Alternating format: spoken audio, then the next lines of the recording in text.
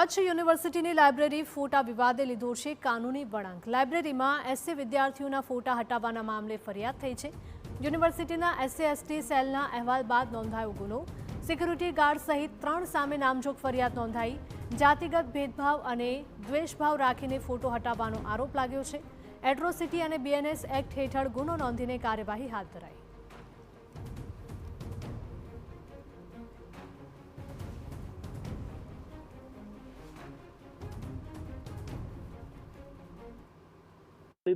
આ બનાવ ફક્ત ફોટો કાઢવાનું નહોતું, આ બનાવ જાતિવાદી માનસિકતાનું હતું। કારણ કે જે યુવાનો ખૂબ સારી રીતે ભણી ગણી અને જે તેજસ્વી રીતે તેમણે જે ક્રમાંક ગુજરાતભરમાં પ્રથમ ક્રમાંક અને છઠ્ઠા ક્રમાંક મેળવી અને જે એમણે પોતાનું એક તેજસ્વીતા દેખાવી હતી, એમના વિરુદ્ધમાં એમની જાતિને જોઈને જે એમના ફોટા કાઢવામાં આવ્યા, એ નિમ્ન કક્ષાના કૃત્યના વિરુદ્ધમાં આજે સત્યની જીત થઈ છે। આવનાર સમયની અંદર કચ્છ યુનિવર્સિટીમાં ક્યારે પણ જાતિવાદી ભેદભાવની ક્યારે ઘટના ન બને અને આવનાર સમયની અંદર જે અનુસૂચિત જાતિના વિદ્યાર્થીઓ છે એ શાંતિપૂર્ણ રીતે અભ્યાસ કરી શકે।